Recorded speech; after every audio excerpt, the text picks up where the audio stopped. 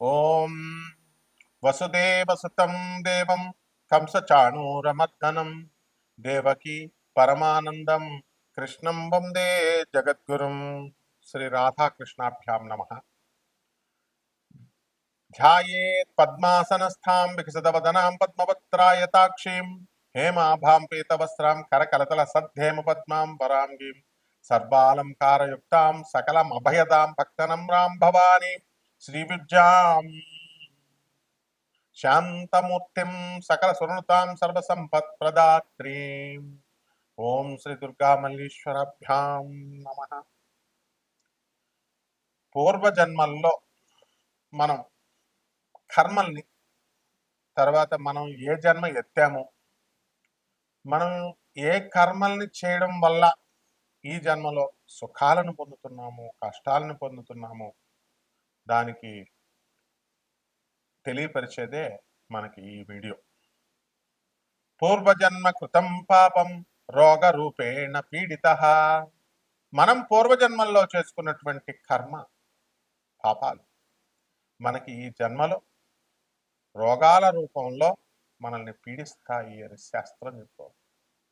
శ్రీ గురు చరిత్రలో గురుదేవులైనటువంటి శ్రీ నృసింహ సరస్వతి స్వాముల వారు తన సొంత చెల్లి అయినటువంటి ఆమె శ్రీపాద వల్లభ అవతారంలో కూడా తన సొంత చెల్లికి, నువ్వు పూర్వజన్మ కర్మలు చేయడం వల్లమ్మా, నువ్వు భార్యాభర్తల్ని విడదీయడం వల్ల నీకు వైధవ్య యోగం ఉంది, నీకు కుష్టు వ్యాధి వస్తుంది అని చెబితే, అయ్యా బాబోయ్ అని చెప్పి, అన్న నువ్వు నా సొంత సాక్షాత్తు శ్రీమన్ నారాయణమూర్తివి, నువ్వు బ్రహ్మ విష్ణు శివుడు రూపానివి, నువ్వు ఉండి నా అన్నవై ఉండి నాకు ఇలా చెప్తే మామూలు వాళ్ళ పరిస్థితి ఏంటి బాబోయ్, నన్ను రక్షించంటే అప్పుడు స్వామివారు ఏం చేస్తారు తెలుసా?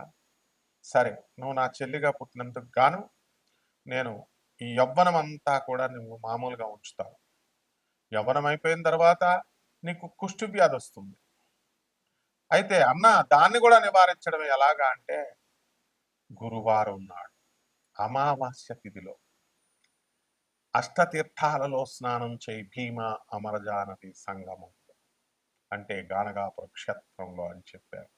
అక్కడ పాపనాశ తీర్థం అని మనందరికీ తెలిసిందే. ఆ తీర్థంలో స్నానం చేస్తే ఆయన చెల్లెలికి ఏమైందండి? కుష్టు రోగం నుంచి విముక్తురాలైంది. ఇది ఎలా సాధ్యమైంది? జగద్గురువులైనటువంటి నరసింహ సరస్వతి స్వాముల వారు శరణు పొందింది కాబట్టి. మనం ఎవరు శరణు పొందుతున్నా, జగద్గురువులు చెప్పినటువంటి గురు చరిత్రలో ఉన్నటువంటివన్నీ కూడా మనము చాలా జాగ్రత్తగా చదవాలి, అర్థం చేసుకోవాలి, అది పిక్చరైజేషన్ చేసుకోవాలి. అని నరసింహ సరస్వతి స్వామి వారు ఆయన ఇంకా ఇప్పటికీ ఉన్నారు, నిత్య నివాసి ఆయన గానగాపురంలో. కాబట్టి ఆయన రోజు భిక్షకు వస్తారు. అరే నేను ఉన్నానురా మొగుడా అంటే మనము ఆయన్ని ఎంత భక్తి ప్రపత్తులతో మనం పూజించుకోవాలి. అలా పూజించేటటువంటి వాళ్ళ యొక్క కర్మని స్వామివారు ఇలా ఎడం చేత్తో తొలగించేస్తారు. Under the special discretion powers of the Jagadguru status, I, the Lord Nrsimha Saraswati dismisses the bad karmic actions అని ఒక్క మాటతో నల్లిఫై చేసేస్తాడు. కాబట్టి ఈ పూర్వజన్మలనేటటువంటివి ఖచ్చితంగా మనకి కేతువు సూచిస్తాడు. నాకు ఒక క్లయింట్ ఫోన్ చేశాడు, గురువు గారండి నాకు అర్ధాష్టమ కేతు ఉన్నాడు, నాకు ఎప్పుడు కూడా, ఆయన ఫారెన్లో ఉంటున్నాడు, నాకు ఎప్పుడు కూడా పూర్వజన్మలు గుర్తొస్తూ ఉంటాయి. నాకు కేతు టైంలో నేను ఎవరికండి ఈ కూర్మంలో ఉన్నటువంటి ఆశ్రమం కడుతున్నారు కదా ఇస్కాన్ వాళ్ళు, వాళ్ళకి నేను 4 లక్షలు ఇచ్చానండి ఒకసారి ఫోన్ చేసి, మళ్ళీ ఇంకొకసారి అడిగితే 3 లక్షలు ఇచ్చానండి. ఇలా వాళ్ళు ఆయన చెప్పుకుంటూ వచ్చాడు. నాకు 4-3 ఈ నెంబర్సే నా లైఫ్లో వస్తున్నాయండి. అతను చెప్పింది వాస్తవం. కారణం ఏంటో తెలుసా? మన జీవితంలో కొన్ని నెంబర్స్ వస్తూ ఉంటాయి. నెంబర్స్ రూపంలో ప్రతి మనిషి జీవితంలో కూడా కొన్ని నెంబర్లు మన జీవితంలో వస్తూ ఉంటాయి. అతని అబ్జర్వేషన్ కరెక్ట్. 4-3 కేతు. అలాగే ఇంకొక అతను పాన్ కార్డ్ నెంబర్ తీసుకున్నా, ఆధార్ కార్డ్ నెంబర్ కౌంట్ చేసిన బండి నెంబర్ కౌంట్ చేసినా ఇలా అంతా కూడా ఒకటే నెంబర్ వస్తుందండి, అది కేతు అండి అని ఇలా చాలా మంది అంటూ ఉంటారు. కాబట్టి మన కేతువు ఏ ఏ స్థానాలలో ఉంటాడు అనేటటువంటిది అది టెక్నికల్ పార్ట్, అది పండితులకు అవసరం. సామాన్య మనిషికి కావాల్సింది ఏంటంటే ఆయా స్థానాలను బట్టి కేతువు మన పూర్వ జన్మల్ని మనకి ఆయన తెలియజేస్తాడు అనేటటువంటిది స్పష్టంగా అర్థమవుతూ ఉంటుంది. జగద్గురువులైనటువంటి ప్రభాత్ రంజన్ సర్కార్ ఆనందమూర్తుల వారు తన దగ్గరకు వచ్చినటువంటి భక్తులకి పర్సనల్ కాంటాక్ట్ ఇచ్చేవారు. అంటే ఇప్పుడు ఉన్న స్వామీజీలు ఇస్తున్నట్టుగా కాదు. వాళ్ళు మేము నీకు పూర్వజన్మ గుర్తు చేస్తాం అట్లా కాదు నాయన. ఆయన రామకృష్ణ పరమహంసల వారి గురువైనటువంటి తోతాపురికే మోక్షాన్ని ఇచ్చారు. సిబిఐనే ఒంటి చేత్తో ఛాలెంజ్ చేసి తన్ని ఎంత ఇబ్బంది పెట్టినా సరే, విషమిచ్చినా సరే సిబిఐని, ఆ విషాన్ని ఇక్కడ ఆపేశాడు ఆయన. దాన్నే నీలకంఠ దివసగా ఆనంద మార్గ ఆశ్రమం ఇప్పటికీ జరుపుకుంటుంది.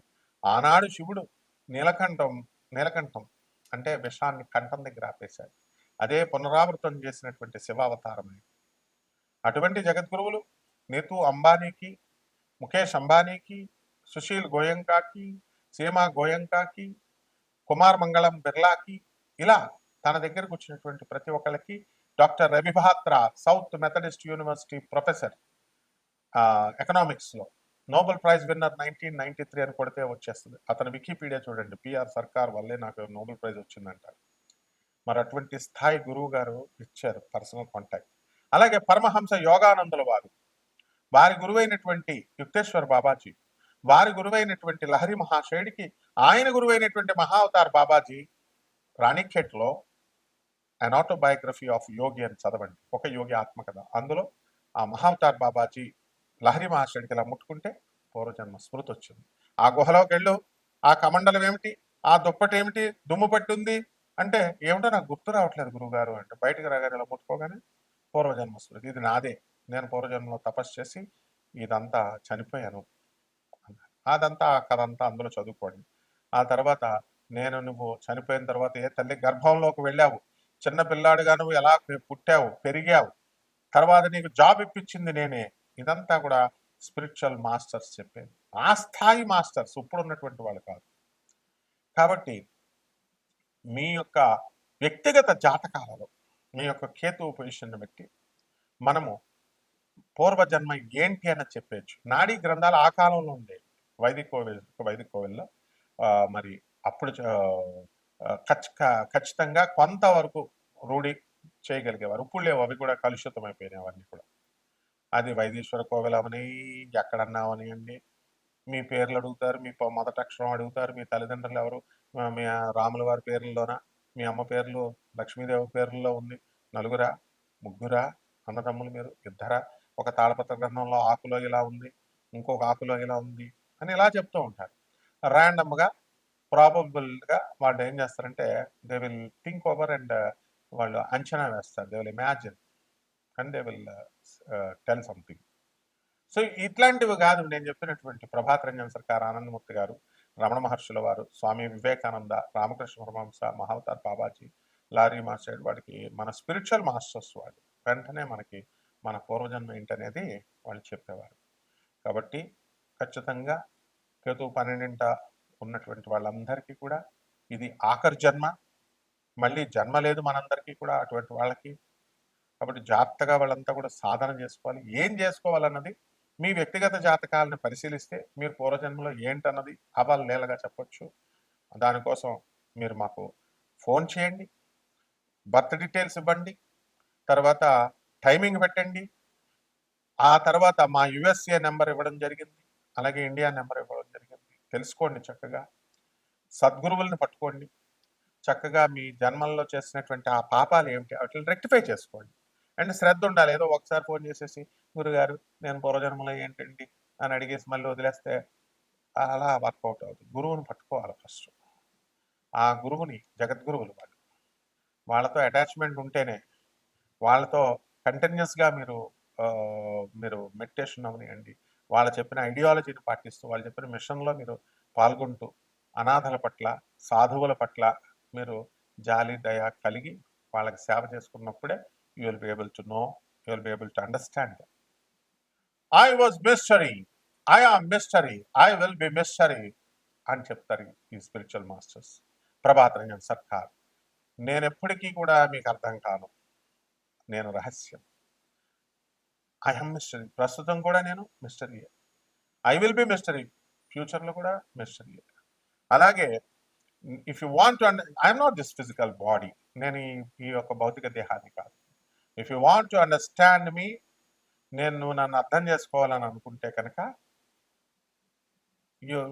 You work for my ideology, you work for my mission అన్నారు.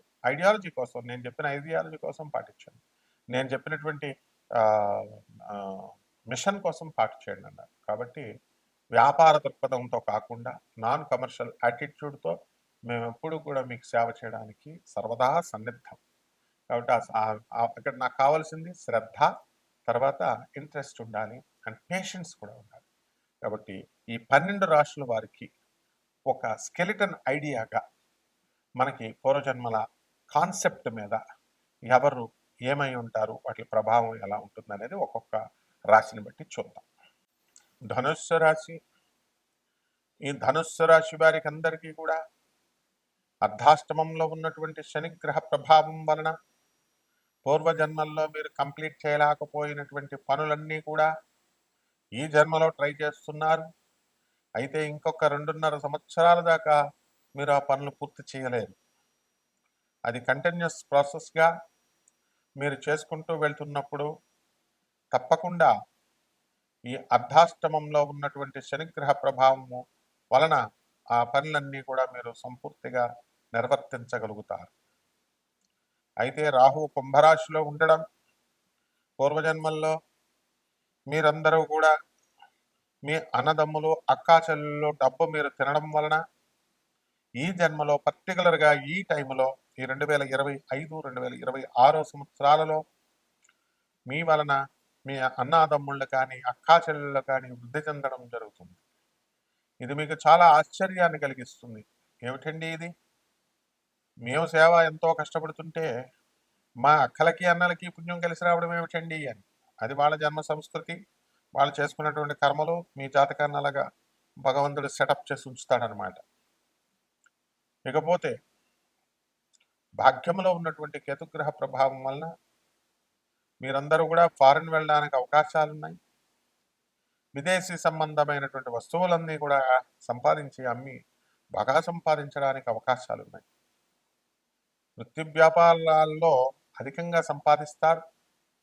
మీ నాయనమ్మ గారు, మీ యొక్క తాతగారు, వీళ్ళ దూరపు బంధువులు వాళ్ళ తరఫు నుంచి మరణించడం, ఆ ఆస్తి ఊహించని రీతిగా మీకు కలిసి రావడం అనేటటువంటిది జరుగుతుంది. ఇక మీడియా రంగంలో జర్నలిస్టులు, మీడియా రంగము, సినిమా హీరోలు, రాజకీయ నాయకుల యొక్క పరిస్థితి బ్రహ్మాండంగా ఉంటుంది. విదేశాలకు తరచూ వెళ్ళి రావడం అనేటటువంటిది జరుగుతుంది.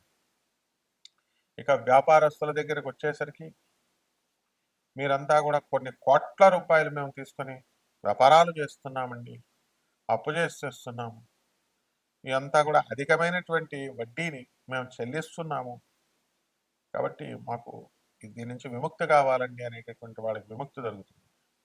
పరిహారాల దగ్గరికి వచ్చేసరికి శని జపం చేసుకోండి, శని స్తోత్రాలు చదవండి, శనికి కిలోంపావు నల్ల నువ్వుల్ని, నల్లని వస్త్రాన్ని పేద బ్రాహ్మణులకి శనివారం నాడు 8 గంటలకి దానం చేసుకోండి. దశ మహావిచ్చల్లో ఒకటైనటువంటి మహాకాళి అమ్మవారి యొక్క హోమాన్ని మీ ఇళ్లల్లో చేసుకోవడం ద్వారా అద్భుతమైనటువంటి పరిష్కారం మీకు జరుగుతుంది. అలాగే ఈ యొక్క శని మహాకాళిని కొన్ని బీజాక్షర సంపుటిగా మీరు చేయాల్సినటువంటి అవసరం ఉంది. అవన్నీ కూడా మేము నెక్స్ట్ వీడియోలో తెలియజేస్తాం. శుభమస్తు.